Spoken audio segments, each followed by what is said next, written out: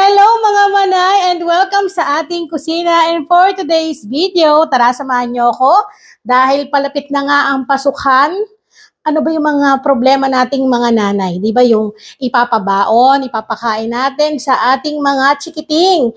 At this time, nakikita nyo kasama ko yung aking mga anak na gustong mag-aral kung paano daw i-bake yung kanilang paboritong chocolate banana muffins or banana loaf bread. Ayan, so meron tayo dito ang paglulutuan. At kasama nga natin si Nash. Say hi ka, Nash. Yan. At si Ate Love. Hi! So mahilig silang tumingin pag nagluluto ako. Pero noon hindi ko sila sinasama kasi nga medyo bata pa, baka may mapaso. Pero ngayon, sabi nga nila, gusto talagang mangulit at gusto nilang makijoin dahil ito nga yung ating isa sa kanilang ibabaon tuwing mapasok sila kasi pang umaga sila eh. Siyempre mahirap pag pang umaga, di ba, mag-isip kung ano yung ipapakain natin sa ating mga anak. Kaya naman tara, samahan nyo kami dahil magbe-bake tayo ng chocolate banana loaf bread. So ngayon nga, Ate Love, ayan. So meron tayo ditong saging. Itong saging na to ay galing pa sa tanim namin. So ayan, overripe na siya mga manay. So isa to sa magandang gamitin kapag nagluluto tayo ng mga banana cake kasi mas moist. So bali dito nakadestino si Nash para siya yung mag-mash o magdurog netong ating saging. Bali, ang gagawin natin is kailangan natin 5 piraso. Ito yung pang 5. So, ilagay na natin dito. Then, habang dinudurog niya to, diretso naman tayo dun sa mga iba pa nating kailangan sangkap. Kaya, dito ka na muna, kuya. Ayan, dito si Kuya Nash. Then, gagamit tayo dito ng pang-mash. Gaya neto. Or, pwede kayong gumamit ng tinidor. Dahan-dahan lang yung pagdurog, ha. So, dito naman tayo sa kabila. Dito tayo, Ate Love. Dito naman, kakailanganin isip o gagamit tayo ng salaan para masala yung ating harina. So, meron tayo ditong 3 cups ng all-purpose flour. So, yung 2 cups ay nasala ka na. Dito naman si Ate Love. Yan. So, gagawin mo anak, paano? Tinuruan na kita? Ayan, very good. Then, dito yung mga kailangan pa nating sangkap, gaya ng ating sugar. So, meron tayong dark brown sugar. Then, meron din tayo ditong cocoa powder. Dahil gagawa nga tayo ng chocolate banana loaf bread. And meron tayo ditong toasted nuts. Ito po ay ako na yung nagtosta.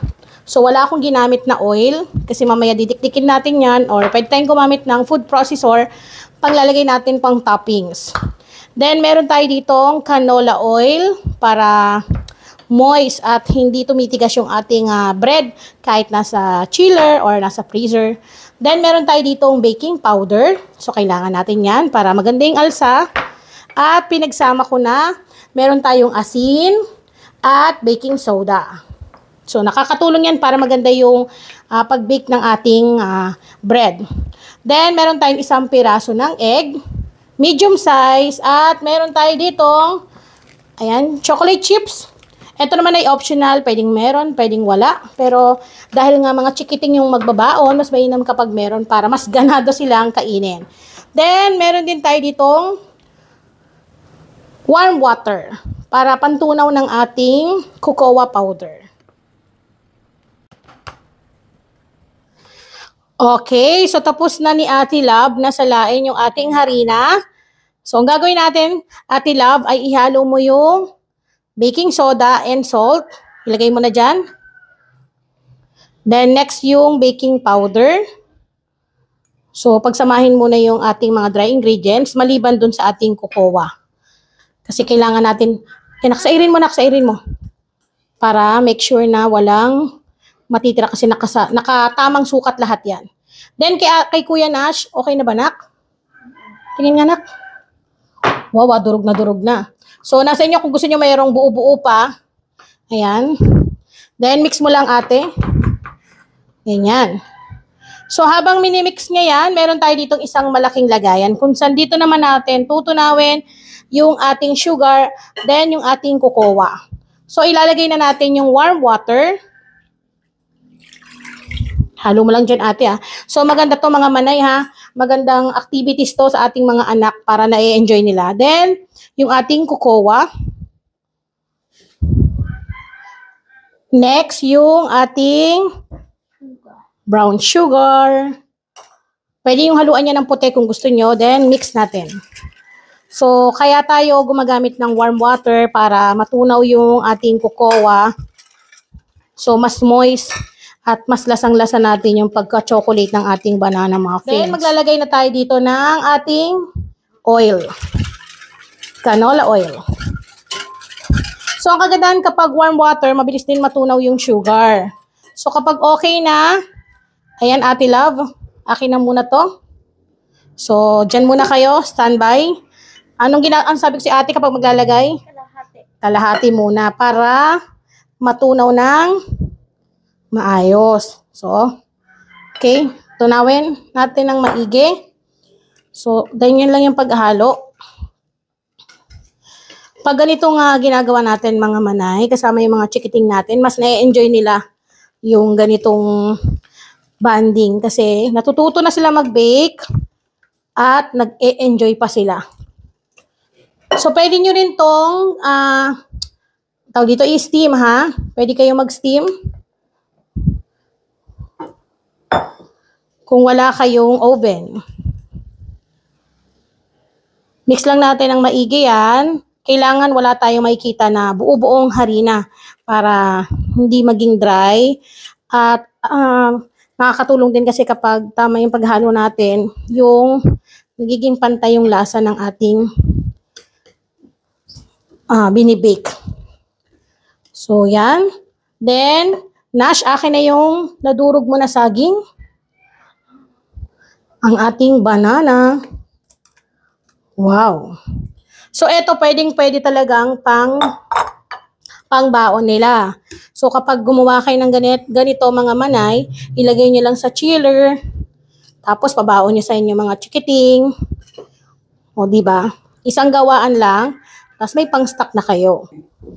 So, yan. Minimix na natin. Huwag natin kalimutan yung isang pirasong itlog.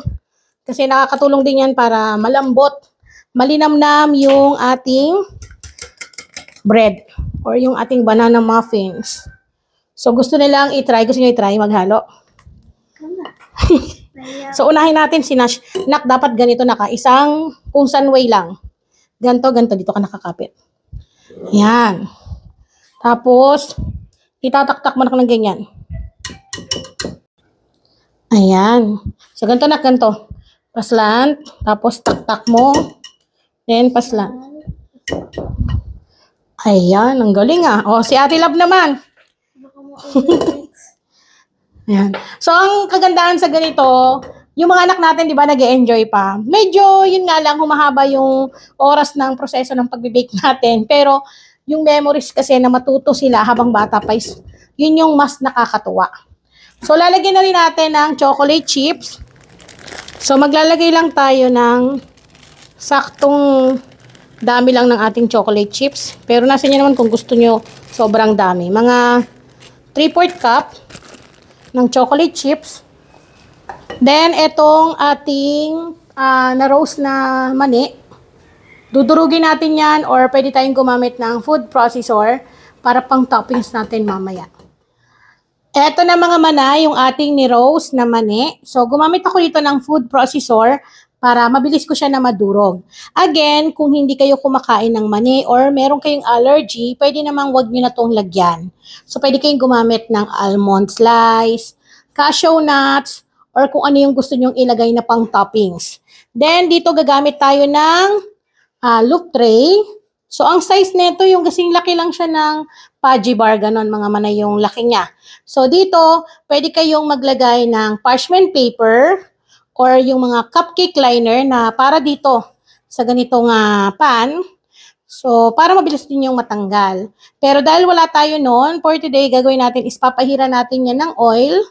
So, si Love tsaka si Nash yung magpapahid or magbabrush para matanggal natin ng maayos kapag na-bake na natin yung ating chocolate banana muffins or banana loaf bread. So, make sure mo na papahiran mo yung palibot na gilid pero wag masyadong malawa or yung maano sa oil.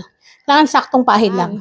Kailangan na sa baking, maalisto kang kumilos. Kasi kapag hindi ka alisto, naku, tatagal yung pagluluto mo yan. Ganyan. Tapos, yung kabila naman, may maingay na direktor nag-iingay. So, yan mga manay. Minsan gusto nilang makisali sa pagluluto. Pero sabi ko, dito muna kami sa pagbe-bake para paunti-unti. So, hindi ko kasi sila masyadong sinasali dun sa alam ko na may hirapan, lalo na kapag yung merong, yung lalo na pagluluto, di ba? Kadalasan nandun yung paghihiwa, pagpiprito. So, unti-unti. Magagamay nila yan. So, dito sa baking, medyo talaga mahirap-hirap, pero dapat po talaga sa mga mommy na gaya natin, unti-unti natin sama yung mga anak natin. Una yung nanonood-nood lang sila hanggang sa ma-enjoy na nila. Okay, si Nash naman. Sige nga, tignan natin. Kaya mo? Sige nga, ang galing Simple lang yan, pero tumitingin yan sa ginagawa ni ate. Di ba? Ang galing, no? So, yan. Tapos na tayo magpahid sa ating mga tray. Enjoy ba kayo? Yes. Mukhang hindi kayo enjoy, So, gagamit tayo ng measuring cup dahil maglalagay na tayo dito. Huwag masyadong pupunuin kasi aalsa pa po yan. So, ako muna, anak, para makita niyo yung gagawin ni mama. Ganyan. Then, maglalagay kayo sa inyong pan. Tapos, dagdagan niyo ulit kapag tingin niyo kulang. Kailangan hindi apaw. Yan. Kailangan may konting tirang 3/4. Ayan, nakita mo yung konti na yan. Yan, kailangan may tirang ganyan. Tapos, lalagyan natin ng mani sa ibabaw. Yan, pan-toppings natin. Okay ba? Ganyan. Kaya? Okay. Sinash muna yung una. Taas, para nakikita mo. Very good. Galing Saktong-sakto. Okay, next na ulit. Ganun ulit. Pupunin mo ulit. Para hindi ka nababalik. Puno, nak, puno. Sige, ate, ikaw tagalagay ng toppings para sinas na lang tagapuno. Galing Ito pa, lalagyan mo itong isa. Lapit mo kay ate itong isa. Ate, sa ito. Galing Angat. Ayan, para nakikita mong maigi. Then, dahan-dahan mo ilalagay, Ganyan. Galing na, Marunong na sila. Sige, okay lang yan, okay lang yan. Sige, nalagay mo na dun.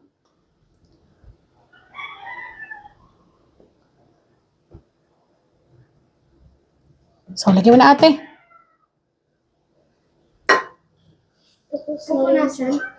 Ayan po mga manay, tapos na tayo maglagay sa ating mga tray at pwede na natin itong i-bake sa ating preheated oven na 170 to 180 Celsius ang init. Then, i-bake natin to ng 12 to 15 minutes or pwede kayong magdagdag ng 3 minuto kung tingin nyo ay kulang pa sa pagluluto. So, yan, pwede na natin itong i-bake.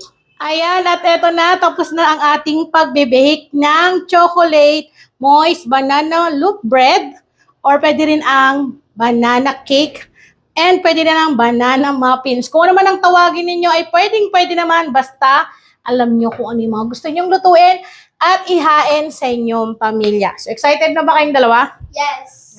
Kanina pa sila excited kasi ang ginawa namin is pinalamig muna namin dahil papakita ko sa inyo na pwede siyang ilagay sa isang cellophane or ibalot. So, kuha na kayo. Ibalot ninyo para pwede siyang tumagal sa inyong chiller for 1 week. Tapos, ipapabaon nyo na lang sa inyong mga anak. Kainin nyo na. Nagtatago pa. Masarap. Pingin nga ako, nak. Parang, ang kagandahan dito, napakalambot niya. As in, nak, kundi lang. Sobrang lambot. Tapos yung lasa niya, hindi siya ganun katamis, hindi nakakaumay, at nakakadagdag ng, alam mo yun, sarap yung nuts na nasa ibabaw. Approve ba? Say hi ka naman sa Kalanash. Hi. Mga lansalan ko, no? Sa pagbabalot nito, kailangan makuha ninyo ang tamang sukat na kailangan ninyo upang maiwasan yung sobrang cut ng inyong cellophane na gagamitin. At the same time, nakakatulong din to para mas humaba yung shelf life ng ating pagkain. Ibalot lamang po ng maayos, gumamit ng scotch tape sa paglalak ng bawat dulo. at pwedeng-pwede nyo na itong pagkakitaan.